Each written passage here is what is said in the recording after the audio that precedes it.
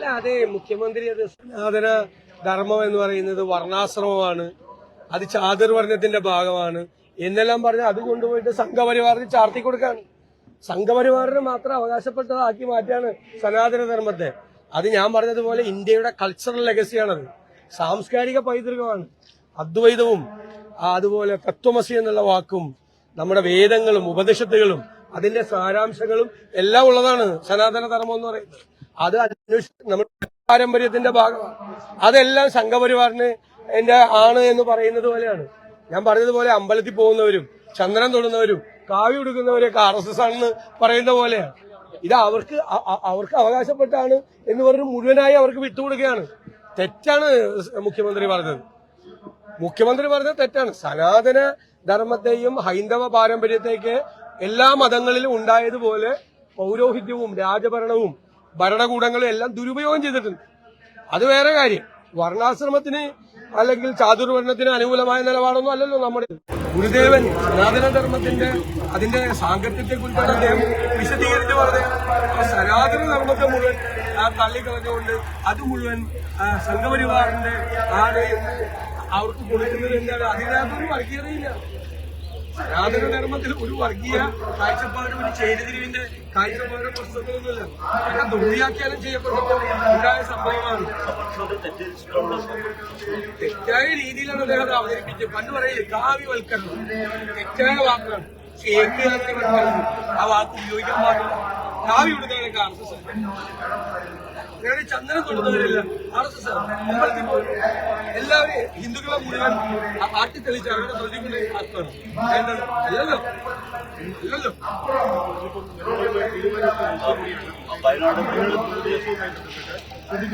നിങ്ങൾ ആ യോഗത്തിൽ പങ്കെടുത്ത ആളാണ്. ഞങ്ങൾ പൂർണ്ണമായി അത് സ്വീകരിക്കുമെന്ന് പറഞ്ഞിട്ടുണ്ട്. പക്ഷെ ഗവൺമെന്റ് വ്യക്തമല്ല. ഉദ്യോഗസ്ഥ തലത്തിൽ കാര്യങ്ങൾ കുറേക്കൂടി വേഗത്തിലാക്കണം. ഞങ്ങൾ ആ യോഗത്തിൽ ആവശ്യപ്പെട്ടത് കൈപ്പയുണ്ടാകും. ഇനി അതിനെ നീട്ടിക്കൊണ്ടുപോകാൻ പറ്റില്ല. ഒരു സമയത്തിന്റെ ആ സമയക്രമത്തിൽ നേരത്തെ പ്രഖ്യാപിച്ച ആ സമയത്ത് അത് തീർക്കും. എല്ലാത്തും പ്രശ്നം വീട് വെച്ച് കൊടുത്താൽ മാത്രം തീരുന്ന പ്രശ്നമല്ല. പ്രതിപക്ഷം മുന്നോട്ട് വെച്ചൊരു ആവശ്യം മൈക്രോ ലെവൽ ഫാമിലി പാക്കേജാണ്. അതായത് മാതാപിതാക്കൾ നഷ്ടപ്പെട്ടു, കുട്ടികൾ മാത്രമായ വീട് വെച്ച് കൊടുത്താൽ മതി ജീവിക്കണ്ടേ. ഇനി കുട്ടികളും ബന്ധുക്കളും എല്ലാവരും നഷ്ടപ്പെട്ടു, പ്രായമായവരും മാത്രം. ഇനി വീട്ടിലെ ഏണിംഗ് മെമ്പർ, വരുമാനം ഉണ്ടാക്കുന്ന ആളില്ല, ബാക്കി കുടുംബം മാത്രം ബാക്കി എങ്ങനെ ജീവിക്കും.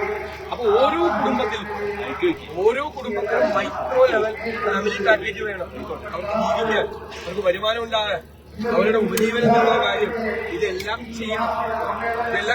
പിന്നെ ഈ കാർഷിക മേഖലയായിരുന്നു ഒരേ ഭാഗം. ഇപ്പൊ നമ്മള് വീടൊക്കെ വെച്ചു കൊടുക്കുമ്പോ അവർക്കൊരു കാര്യത്വത്തിന് പോലും സ്ഥലമില്ലാത്ത രീതിയിലാണ്. അത് ഞങ്ങൾ പറഞ്ഞു കുറെ കൂടി സ്ഥലം കൊടുക്കണം അവർക്ക്. വലിയ വീടിനേക്കാൾ പ്രധാനം കുറെ കൂടി സ്ഥലമാണ്. കാരണം ഈ കാർഷിക മേഖല നിങ്ങൾ ശ്രദ്ധിച്ചാറിയാം, കാർഷിക മേഖല വലിയ തകർച്ചയിലാണ്.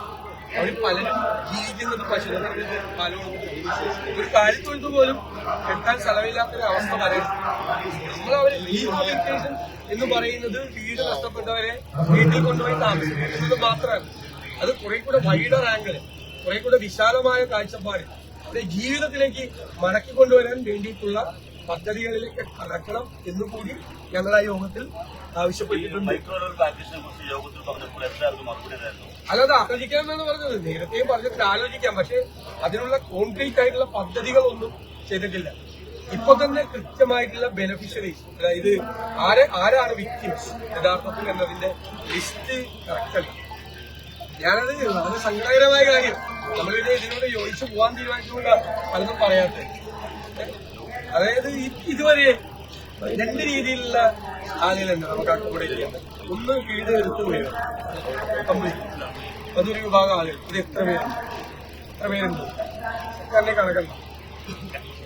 രണ്ടാമത് ഇനി അവിടെ പോയി വീടുണ്ട്, പക്ഷെ അവിടെ പോയി താമസിക്കാൻ പറ്റും. അവിടെ അപകടാവസ്ഥയിലാണ് ആ വീട് നിൽക്കുന്നത്. അവർക്ക് അവിടെ പോയി താമസിപ്പിക്കാൻ പറ്റില്ല.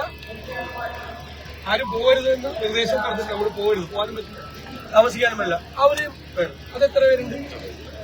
ഇത്രയും പാസ്സായിട്ട് അതൊന്നും കൃത്യമായ കണക്കില്ല. നേരത്തെ ഒരു കണക്ക് തയ്യാറാക്കിയപ്പോ ഇരട്ടിപ്പോകുന്നു, 62 ഇരട്ടിപ്പോകും. ഇത് 5000 പേരും 10000 പേരുള്ള ലിസ്റ്റ് അല്ലല്ലോ തയ്യാറാക്കുന്നത്. 400 500 അല്ലെങ്കിൽ കൂടി വന്ന 600 പേരുള്ള ലിസ്റ്റല്ലേ തയ്യാറാക്കുന്നത്. ആ ലിസ്റ്റ് തയ്യാറാക്കുമ്പോ എത്ര ലാഘവത്വത്തോടു കൂടിയാണ് ഉദ്യോഗസ്ഥരത് ചെയ്യുന്നത്. അപ്പൊ അത് കുറച്ചുകൂടി ശ്രദ്ധ ഗവൺമെന്റിന്റെ ഭാഗത്ത് ഉണ്ടാകണം. ഒരു മന്ദത ഉണ്ട്, പതിയാണ് പോകുന്നത്, സ്ലോ ആയിട്ടാണ് പോകുന്നത്. ഇത് വേഗത്തിലാക്കണം, സമയബന്ധിതമാക്കണം, കുറെ കൂടി വ്യക്തതയും സുതാര്യതയും ഇക്കാര്യത്തിൽ പാലിക്കും. ഞങ്ങൾ പരമാവധി ഗവൺമെന്റുമായിട്ട് കോർപ്പറേറ്റ് സഹകരിക്കും.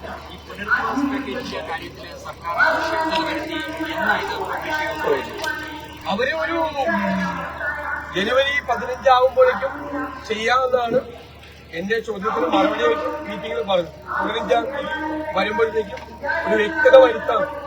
ഇതുവരെ വ്യക്തത ഇല്ലാതെ പറയുന്നത് അതൊരു ശരിയായ കാര്യമാണോ? ഇതുവരെ ലിസ്റ്റ് പോലും എടുക്കാൻ പറ്റില്ല എന്ന് പറയുന്നത് പഞ്ചായത്തിന്റെ കയ്യിലൊക്കെ ലിസ്റ്റ് ഉണ്ട്, കറക്റ്റായിട്ട് ലിസ്റ്റ്. അപ്പൊ പഞ്ചായത്ത് അധികൃതരായിട്ട് സംസാരിക്കത്തില്ല.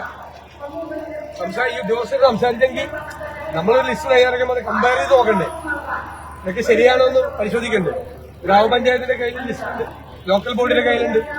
വേണ്ട രീതിയിലല്ല കാര്യങ്ങൾ നടക്കുന്നത്. കുറച്ചുകൂടി നല്ല രീതിയിലേക്ക് ആക്കണം. നമുക്കില്ലെങ്കിൽ വളരെ മോശമാണ്.